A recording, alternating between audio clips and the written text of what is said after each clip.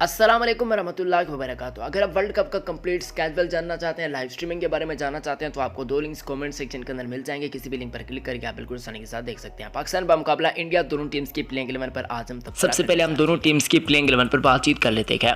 अगर हम बात करते हैं ओपनिंग की तो यहाँ पर बाबर आजम और रोहित शर्मा के दरमियान मुकाबला में देखने को मिल जाएगा, क्योंकि दोनों खिलाड़ी ओपन करते हुए आपको दिखाई दिए जाएंगे। पाकिस्तान की तरफ से बाबर आजम जो कौमी टीम के कप्तान भी होंगे, यानी पाकिस्तान क्रिकेट टीम के कैप्टन भी होंगे, दूसरी तरफ रोहित शर्मा मध्य मुकाबले होंगे।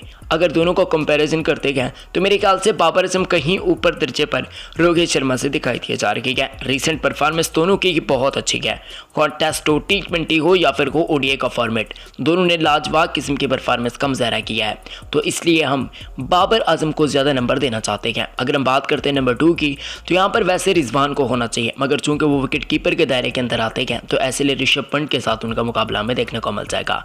प्रोफेसर मोहम्मद हफीज साहब और KL राहुल, यानी कि प्रोफेसर मोहम्मद हफीज साहब आपको नंबर 4 पर दिखाई दिए जाएंगे, मगर KL राहुल भारतीय टीम की तरफ से ओपनिंग करते हुए दिखाई दिए जाएंगे। हफीज साहब के पास एक ज़बरदस्त किस्म की चीज़ ये है कि वो भारतीय लेफ्टियों को काफ़ी नचाते हुए दिखाई दिए जाएंगे, और ये भी मुमकिन है कि मोहम्मद हफीज शुरू के ओवर्स भी आपको करते हुए दिखाई दिए जाएँ, यानी कि बॉलिंग में वो काफ़ी ज़्यादा किफ़ायती साबित होते हैं। ऐसे में KL राहुल से चूँकि उनकी रिसेंट परफॉर्मेंस इतनी अच्छी नहीं है तो मैं यहाँ पर ज़्यादा नंबर प्रोफेसर मोहम्मद हफीज साहब को ही देना चाहूँगा। उनकी परफॉर्मेंस अगर पिछले 8 महीनों की बात करते हैं तो अच्छी नहीं है, मगर उनसे कबल तकरीबन 18-20 महीनों की बात करते हैं तो लाजवाब परफॉर्मेंस थी उनकी।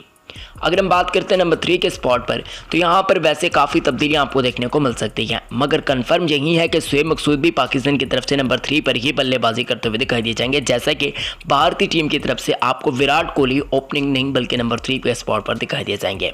अब यहाँ पर मुकाबला मुमकिन ही नहीं है, क्योंकि शोएब मकसूद जिस किस्म का प्लेयर है, जिस कैलिबर का वो खिलाड़ी है, कोहली के कैलिबर का हरगिज़ नहीं है। क्योंकि ये बात तो मानना पड़ेगी कि भाई विराट कोहली क्रिकेट का किंग है, इस बात में कोई भी शक नहीं है। यहाँ पर भारतीय टीम के पास नंबर्स काफ़ी ज़्यादा हैं। अगर हम बात करते हैं नंबर 4 की तो यहाँ पर आसिफ अली और सूर्य कुमार यादव हमें देखने को मिल जाते हैं। यहाँ पर भी मेरे ख्याल से मुकाबला नहीं करना चाहिए, क्योंकि आसिफ अली के रिसेंट परफॉर्मेंस को CPL हो या फिर हो उससे कबल पाकिस्तान क्रिकेट टीम PSL के अंदर ठीक है उनके टूले चले थे, उनकी परफॉर्मेंस अच्छी थी, मगर यहाँ पर सूर्य कुमार यादव को ज़्यादा नंबर देने पड़ेंगे, क्योंकि उनके रिसेंट परफॉर्मेंस बहुत लाजवाब से देखी है, बहुत ही आला किस्म की परफॉर्मेंस कम ज़ायरा कर रही है।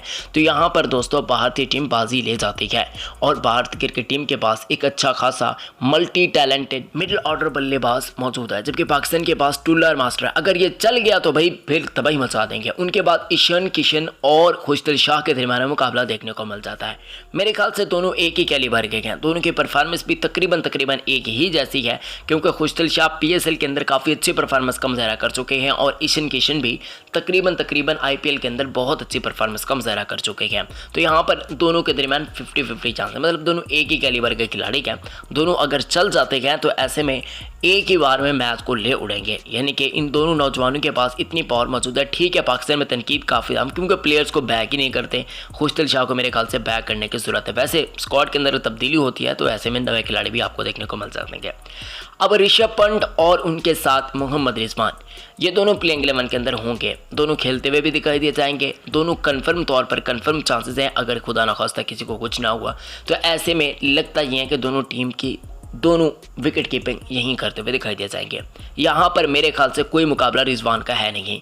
ऋषभ पंत के अंदर उतनी काबिलियत नहीं है कि जितनी मोहम्मद रिजवान के अंदर विकेट कीपिंग स्किल्स हो या फिर हो कोई और स्किल्स, मतलब बैटिंग की स्किल्स और रिसेंट परफॉर्मेंस, तो यहाँ पर कैलिबर मेरे ख्याल से कोई कंपैरिजन बनता ही नहीं है। या मोहम्मद रिजवान बहुत आगे है इस वक्त, तो कम से कम बहुत आगे हैं ऋषभ पंत से, और ऋषभ पंत को बहुत ज़्यादा मेहनत करना पड़ेगी रिजवान के कैलिबर तक आने के लिए।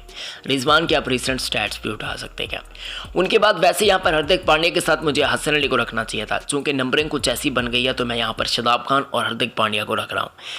पांड्या बहुत आगे है, अगर यहाँ पर हसन अली होते तो दोनों का एक ही जैसा कैलिबर होता, मगर यहाँ पर फिर भी पांड्या मेरे ख्याल से बाजी ले जाते, क्योंकि पांड्या के अंदर बैटिंग करने की काफ़ी ज़्यादा अहलियत मौजूद है। दुबई के अंदर चूंकि स्पिनर्स को काफ़ी ज़्यादा मदद हासिल हो सकती है, तो यहाँ पर ऐसे में शादाब खान को भी थोड़ा बहुत एज हासिल है कि वो बॉलिंग अच्छी खासी कर सकते हैं। तो वैसे भी अगर देखा जाए तो मेरे ख्याल से यहाँ पर पांड्या बहुत आगे हैं, कहीं ज़्यादा आगे हैं शादाब खान से। और बैटिंग की बात हो या फिर वो बॉलिंग की रिसेंट परफॉर्मेंस की बात हो तो यहाँ पर पांड्या शादाब खान से बहुत बेहतर में दिखाई दिए जाते हैं। तो यहाँ पर मुकाबला मेरे ख्याल से नहीं होना चाहिए और मुकाबले में आगे बढ़ जाएंगे हार्दिक पांड्या और शादाब खान को मजीद मेहनत करने की ज़रूरत होगी। शादाब खान को अपनी बैटिंग मजीद बेहतर बनाने की ज़रूरत होगी। उनके बाद मुकाबला है जी रविंद्र जडेजा और इमाद वसीम का।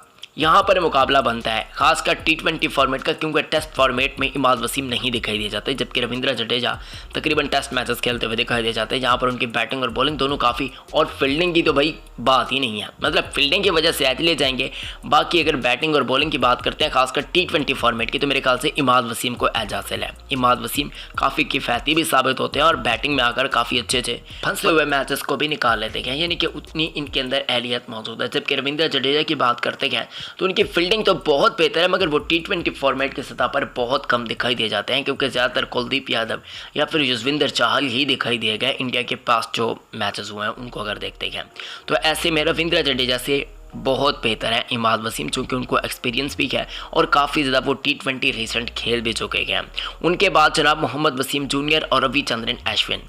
रविचंद्रन अश्विन ठीक है, बहुत बेहतरीन किस्म के बॉलर है, नहीं है क्योंकि इनको खिलाया कहाँ जाता है, टेस्ट मैचेस में भी इन बेचारों को मौका नहीं मिलता और तकरीबन बहुत बड़े अरसे के बाद ये T20 फॉर्मेट में वापसी करेगी है। जबकि वसीम जूनियर अंडर 19 की सतह हो, PSL की सतह हो, काफ़ी अच्छी परफॉर्मेंस का मुजाहरा कर चुके हैं, बैटिंग हो बॉलिंग हो दोनों फॉर्मेट में।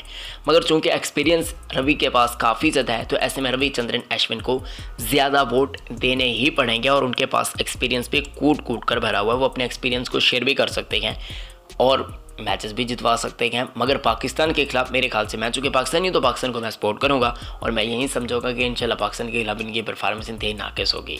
बाकी वसीम जूनियर और रविचंद्रन अश्विन का मुकाबला रविचंद्रन अश्विन पर ही खत्म होता है।